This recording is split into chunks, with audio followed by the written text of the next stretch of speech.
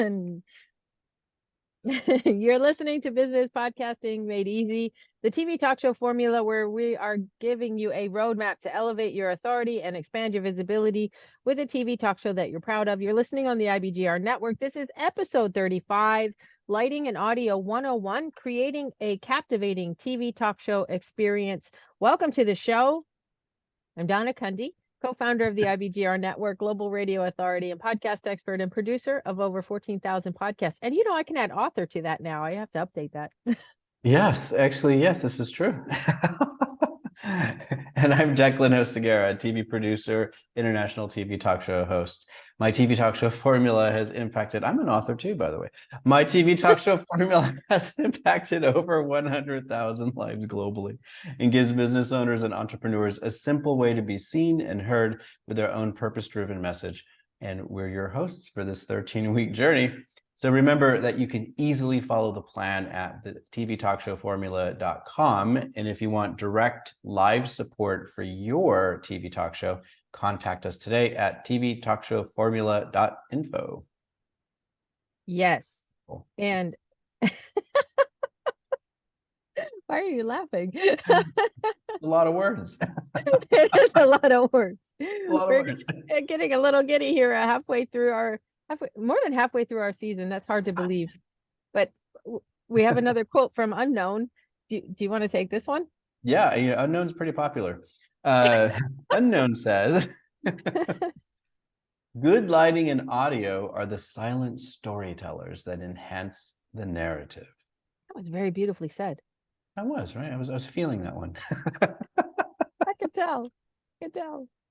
And why is this important? It's important to become a person worth watching by literally becoming seen and heard. And I learned so much about this lighting from you before. I'm so glad, when we jumped in this, because any of you that go back and look at the Influencers Formula videos that are on YouTube that I did with Ben Joya last season, I go back and I look at some and I'm like, oh, Declan should never see these videos.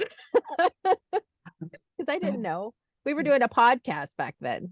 Right. You weren't thinking, well, that's a great point. You weren't, it wasn't necessary for that scenario. Well, the audio was, of course, but the lighting or camera, which we're going to talk about in the next framing, the next episode, not as important. But if you're on camera, then there are some basic things, right? And it's literally being seen and heard in the most real way is what we're talking about now. So anyone can produce video these days, as we've showed you earlier on, using your phone.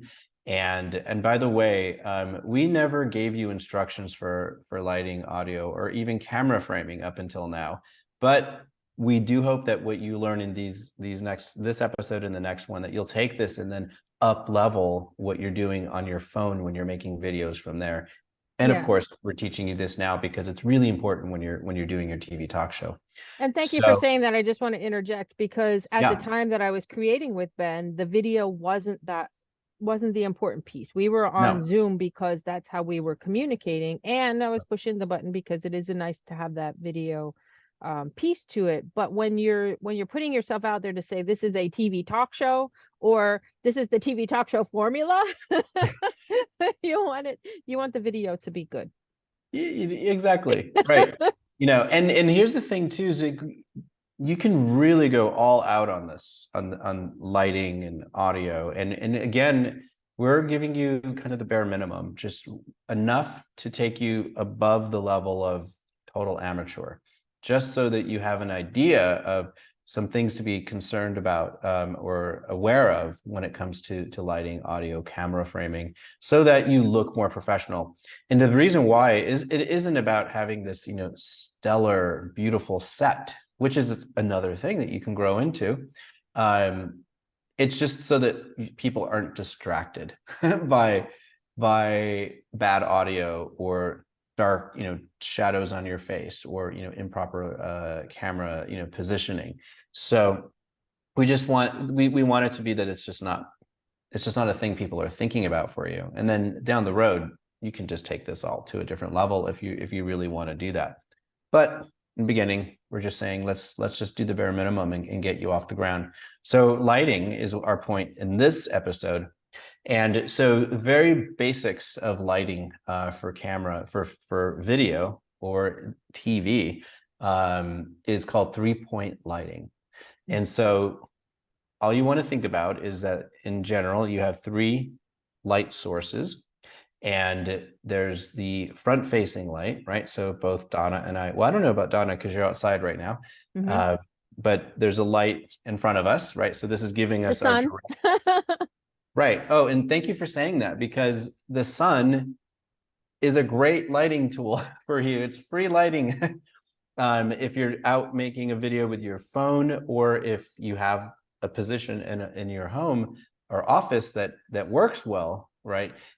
And the sun's coming through the window, that can be your front facing lighting. So bonus, it's free, right? But you probably do want to have an actual lighting source, like a light ring or some other type of light designed for video.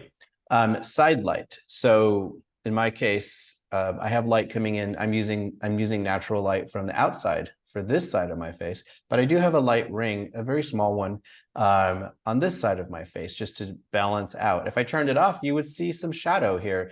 So I put it on, and it just kind of neutralizes or balances the two sides. And then you have your background light. So again, in this case, I have light coming in out of a window here.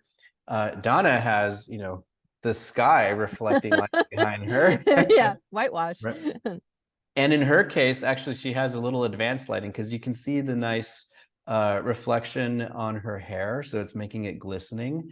You can create that, using lighting in a studio situation. But she's being glamorized, by nature. Who knew, right? So front, side, back lighting are the 3 points of, or are what comprise 3-point lighting. At a minimum, you want to have at least 2, which would probably be front or side. Sometimes you may choose to have a darker background, and that would be an effect. That would be a choice. Okay. And when you're talking about that, also, I want to just interject, because one thing that I learned, I had a ring light before I knew you. I didn't use it because I didn't know how. And when we first started together, before we recorded anything, we got the lighting right. We got all of that we're talking about in this week right. That the camera height and centered in the frame and the lighting. And what you had taught me that I didn't realize is that sometimes on a ring light you can turn it around, and it's even better. You don't necessarily want the light shining on your face. I didn't know that before. Or you say, like, if it's a white wall, you can use that as a reflection of the light, and I thought that was brilliant.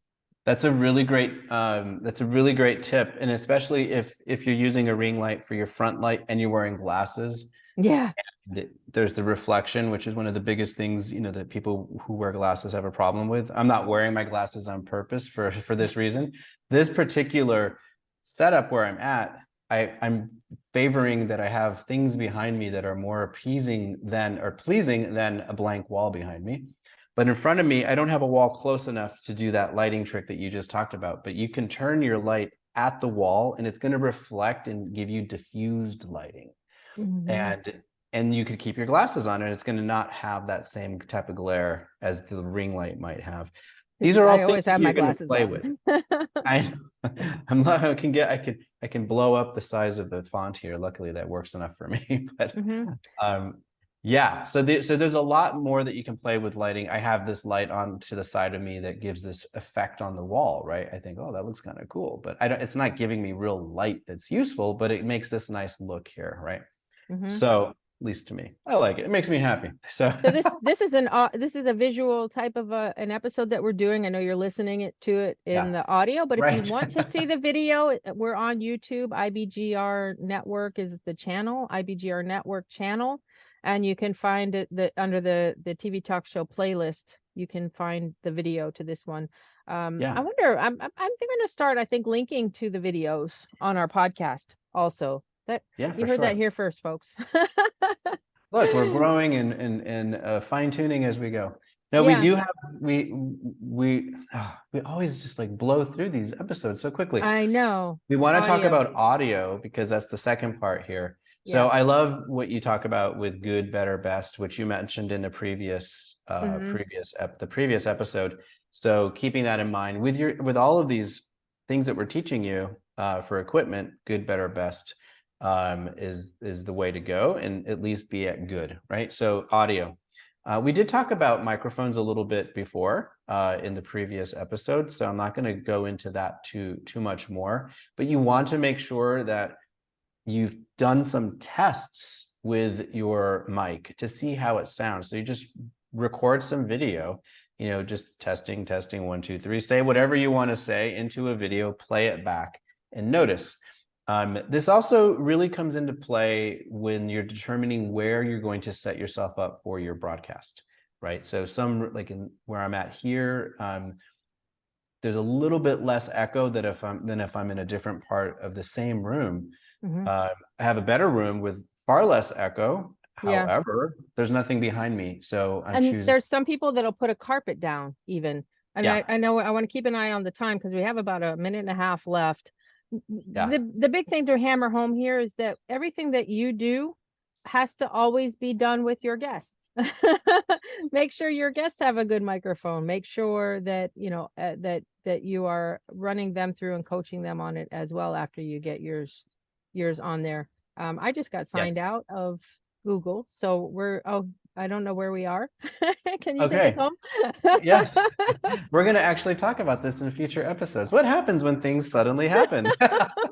So here we go. So what we need you to do, what we're inviting you to do is to set up your TV talk show studio, include your 3 points of light and your audio source. So now you're going to pick where in your space, office or home, that you're going to set up your studio, right? This is it. We're getting you there. Take into consideration the time of day, right? What's the lighting at the time of day that you plan for your show to be broadcast, because the light's changing constantly. And we're asking you to just do this now. Take the time to pick your space. Have fun with this. This is actually very fun because you're going to be moving stuff around and trying different things. Record a short video to test the lighting and the sound quality, and make any adjustments necessary. So we're going to wrap this up here. If you want more support, remember to go to tvtalkshowformula.info and follow the plan at tvtalkshowformula.com. I'm Declan O'Segura. I'm Donna Cundy. Thanks for listening. Ciao.